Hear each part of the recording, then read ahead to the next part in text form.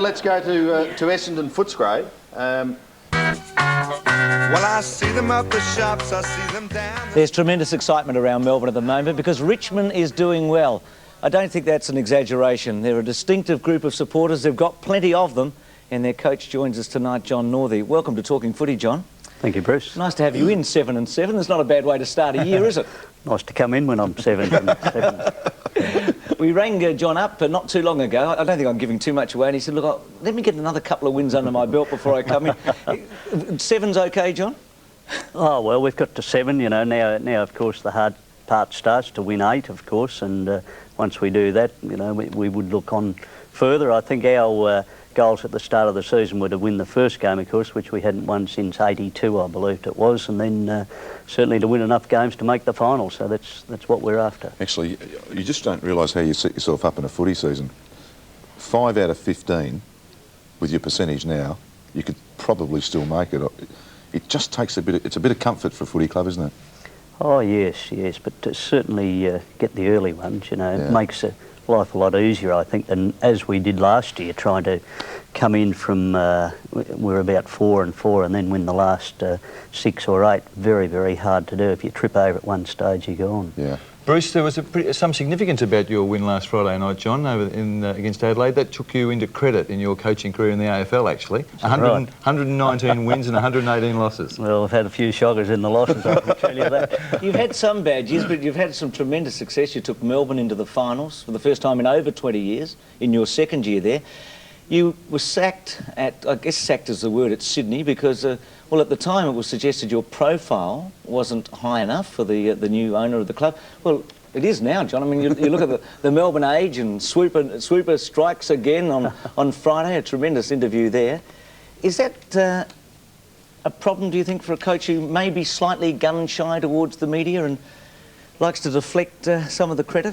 Well, I suppose it all depends what a club's really looking for. If they're looking for a high profile, well, certainly that's not me, I must admit. But, you know, I believe that you just go out there and do your job and coach as well as you can and win as many games, of course, or the players win the games. But just rather than the high profile stuff, I just can't see what that's really got to do with it at all. It's, as we are now, Richmond, our supporter base is just built up now. That's not because I'm high profile, that's because simply we're winning games. You've won 16 of your last 20 from last year. You won 9 out of 11 last year in your dash towards the finals.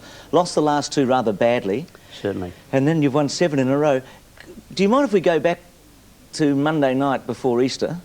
I hope you don't, because you kicked 6 goals in the first 10 minutes of this match against North Melbourne, because it seems that this was the real turning point in terms of the mass feeling that Richmond has got a real chance of being a contender this year. We'll leave the sound on tape. Richmond kicked 6 goals in a very short time against the high-flying Kangaroos. So let's have a look at the kick. The first one at goal. Big start for the Tigers. Bit of a charity goal if he gets it. And already a change for North Melbourne. Ellison coming onto the ground. Mark Roberts off. Greg Deere goes for goal. The Tigers have got their second on the scoreboard. And right at the moment, the way they're getting the ball out of the centre so quickly, it's leaving them one-on-one, and Edwards has exploited it. Edwards, for a fairy tale start for the Tigers, has converted. It's always exciting when you hear the big roar. Can't get into the ground quick enough. Well, listen to this. If he kicks this, listen to it. Matthew Richardson's got his first. Socket pass to Campbell. Broderick up towards Edwards. Reynolds comes charging out, almost took the football with him. Now McMartin had it and then lost it. A snap round the body by Daffy. Oh, there's another one! The Tigers are on fire! Fairly, the ruck work against Brendan Gale. Brendan Gale too tall, gets it to the front. Here they go again. Daffy's kicked his second goal. The Tigers have got 6. This is unbelievable. Don't worry about any highlights, Sandy. This package is sensational. Well, John, we've all got a story. 6 goals in 8 minutes 40. We were doing Talking Footy that night, and I went down to watch the first half. I got a lot of people. I got caught in a taxi. I got there at the 10-minute mark and it was 6 goals to nothing. I've seen them for the first time. Gee, they were good. They were. John, Matthew Richardson's kicked 22-3 this year. Is that technique, confidence, or a bit of both? I think no doubt he needed to work on his kicking, and he's had a few people try and help him out, but I think the main credit must go back to Matty. He's down there quite a bit working on his technique. Just prior to, this year he'd sort of get the ball and he was wasn't sure where the ball I think had to be, but now he was very tense in that, but now he's more relaxed in his motions and he's more cool in dropping the ball onto his foot, and he just looks poetry in motion now. John, what about the camaraderie between coach and players? On Friday night, we covered the game around Australia. We saw you after the game, right in the middle of a group of players singing the club song. You seem to be very, very close to the players. You often acknowledge them by standing there as they go off the ground and they get cheered. Well, I think it's important. They certainly do a good job for me, of course, and I think you've got to mix in and see that you are, I believe, I'm one of the boys, and that's the way that it goes. And to hop in the middle of them there, I mean, they drag me in, I must say. I'm usually I can sing, yes. But usually the cokes around and all that sort of thing, that's what I try to keep out of the road of. But it's just an exciting time and certainly exciting for the players, and it's really important that they know that we're all behind them. John, I said earlier in the year, I did an article actually for The Australian earlier in the year and they asked you about the positions of ladders, and I actually said that Richmond could probably finish somewhere from between 6th and 12th. And I thought the key to Richmond's side was Matthew Richardson and Benny Gale holding marks. And I think over the last 12 months they have developed in that area.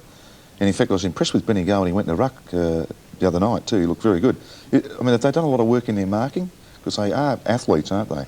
Well, they are. They're just tremendous. And Benny's game the other night was magnificent, really, particularly when we put him in the ruck. And he does have a little bit of trouble at night, of course, seeing the ball. And he just, I think the beauty about what Benny Gale is that he wants to succeed, I mean, he's been there for quite a few years where been down on the bottom of the ladder and all that sort of thing. It's been very hard for him, but he really wants to succeed. And of course, when we have Matty Richardson up there who can leap taller than a higher building and all that sort of jazz, and does that and really loves doing it, it does give you a real focal point when you have the two of them there. And now we've thrown, of course, Stewie Edwards up there, who leads very well, and his hands are as good as the other two also. Actually, amazingly, I think you've got that one extra tool, which most sides have a bit of trouble covering. The Bombers are trying to do that at the moment, aren't they? The great Hawthorn sides always had that extra player. It was an Abbott in a forward pocket, kicked 6 goals in the grand final. It was Paul Deere who got the Norm Smith medal in the grand final. Always that one extra tool. I just reckon you've got it at the moment. Well, we do.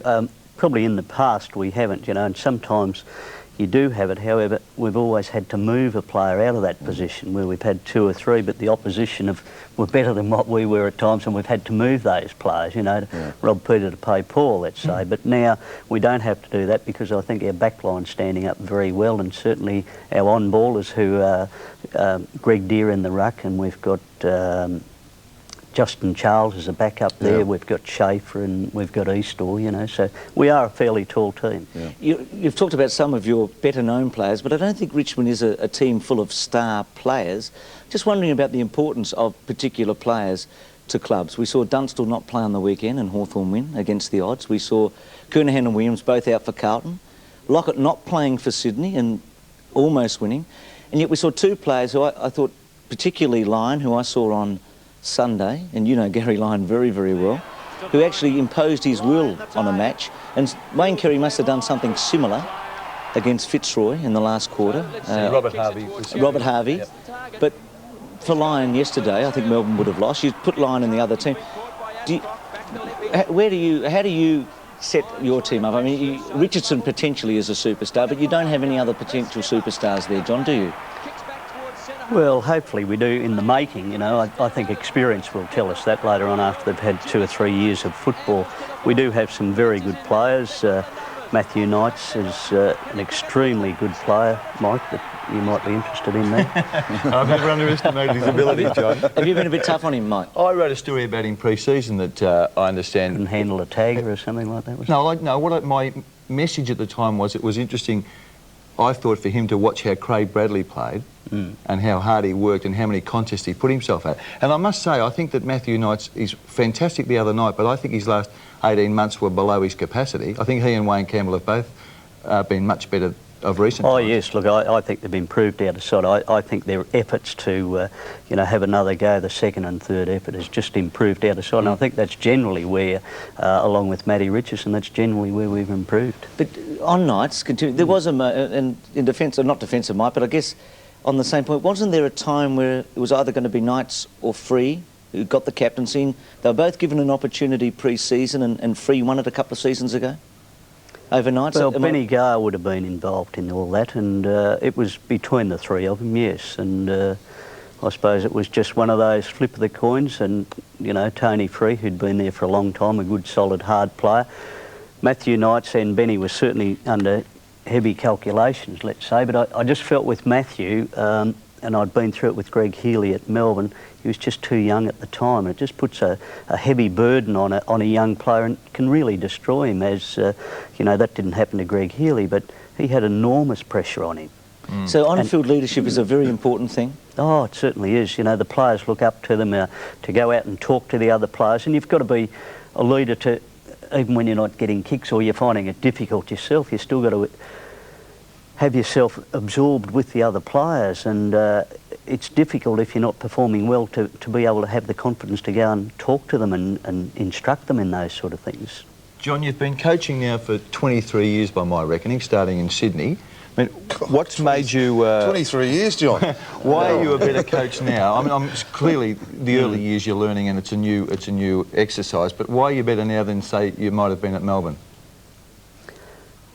I suppose at this stage I don't try and do everything myself, I must say. I still listen and learn, and when you listen also, I think you remember things that you probably forgot that could be very, very handy for you.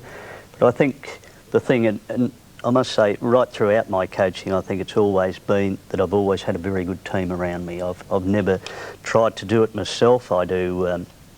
people who are in the organisation that I'm in are very, very important to me, and I have that trust of them and faith that they're doing their jobs and allow them to do that job, and I think that's really been the secret of what I've been about. It's interesting because in Melbourne you did take them into 5 consecutive final series. It's to say that John's a better coach now than he was at Melbourne. No, different I mean. The performance at Melbourne was fantastic, no doubt about that, but I think we all should learn, you know, every new step we take, shouldn't we? And I'm sure that John would think there's some things that you've learnt from Melbourne, mustn't it? Oh yes, look, I think football's changed a little bit too. You know, we're at Melbourne we had to be a very defensive side because at that stage we just didn't have the forwards. Gary Lyon was always there, and then Gary was required somewhere else, and David Swartz at that stage was just on the way up, and David Neitz was playing well in the 2. So potentially we were going to be good, but you know, you just have to adjust your team, and I suppose being around league football, you get to know the opposition very well, and I think that's probably one of the most handiest things you can have coaching league football. We'll talk more about that after the break, John, but let's leave this segment with the mark of the week, Brett Heady yesterday at Subiaco. Very high kick around the outer side. Oh! Oh! This man is inspired. Situation. Greg Deere is vital to Richmond at the moment. Yes. I think we all agree because of the balance of your forward line. He's got an injury. No one knows how severe it is. You could sneak him in the next 2 or 3 weeks, not select him, and yet play him in a vital game. You've got a big game against West Coast coming up shortly in Geelong. Would you be tempted to do that? Because he would make a big difference to the structure of the opposition. It could be a great edge for you. Well, depending on the situation, I mean, if he was that close, we would probably name him. You'd pick him. We would pick him. Tell everybody. Oh yes, I don't think there's a great deal to hide in football now. Everybody pretty well knows what's happening next door or the camp down the road or whatever. So there's just not a lot I don't think you can hide in football nowadays. And you're right, John. I mean, you have a team meeting with 21 players there. The trainers and people generally have a fair idea. They've all got wives or family and friends, and just innocently sometimes they just mention, oh, you know, Matera's playing, and That's right. I mean, the whisper becomes a storm. Well, what about Lockett and Dunstall? Did anyone know about them on the weekend? well, Naming your actual team when you're about to play on a Saturday, on a Thursday night, not naming it. John, you mentioned that in the commercial break that it's not fair to the punters if you didn't name Greg Deere and he was going to play. Mike, I know you've got some strong thoughts on all of this. Well, there are 2 points to this, Bruce. I think one is the punters, and our understanding is that there's about $1 million a week that's bet on football these days, which is a lot of money. And the other is, I think, is us, the general football supporter who goes to a game. I think there's a huge disappointment if you want to go and watch Tony Lockett play and he's just suddenly not there. I mean, we're talking about 3 late changes. Around the bar. Had a couple of beers too, it was good. Was that you or the team? John, have you got a special freshener up you do with Richmond? Oh, no, look, not at this stage. You need one, you know, well, hopefully we don't, but we have been down to the beach and just something totally different, which just seems to get them away from the area where, you know, there is probably people around thinking that, you know, everything's over and it's done with and it's not positive stuff at the club. So just to get away for a night is just a terrific idea, I think. I read in Sports Weekly last week that you have a chaplain at Richmond and you also used one at Melbourne. I'm not sure how many clubs do this in Victoria, but the serene bond between the players and the officials. I think his name is Paul Cameron. Paul Cameron, yes. What role does he play at the club? Well, Paul plays his role as a chaplain, of course, but a sort of a psychologist, I dare say, because a lot of the players, you know, I remember when I introduced the same thing at Melbourne, nobody was, you know, they all thought it was a bit of a joke, actually, but I would say now, between the two clubs, every player would have gone to the chaplain and spoke to him one-on-one. He's very handy for players who have been injured or in hospital, and, you know, they certainly get down on themselves and don't feel part of the club. They're very handy there, and of course, you know, you have births and you have deaths in the club. They're certainly very handy there. Interesting. Well, it's certainly going well at the moment. John, we're going to take a break. We're going to have a little of Northey after the break. He's going to join John. Back with Talking Footy after this. This wasn't very good before the break. I think I said little or something like that. The smallest of the Northies at the moment. Well, not. You've got 2 grandchildren. This is Job, whose father, David, on screen now, is a senior cameraman at Channel 7 and travels right around Australia doing the footy. He's having a late night tonight, John, isn't he, the young fella, Joe? Certainly is. I am too, I must admit. I'm normally tucked away at this time of night. You like those colours? He's a bit shy at the moment. David, does he support? He likes the yellow and black, Bruce, yeah. Is it a lot easier when Dad's winning, David, in the home? I'd say so. Well, we don't live together, but yeah. Obviously you don't live together. Mike, you going to Perth, do you think? I think so, Bruce. Huge game, isn't it, West Coast and Essendon? Yeah.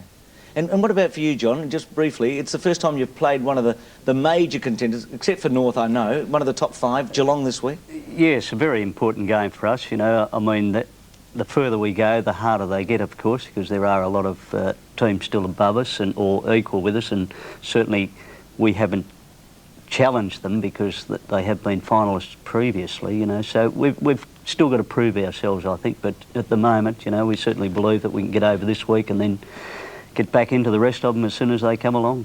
Well done. 7 out of 7's not bad. Mike, see you next Monday night.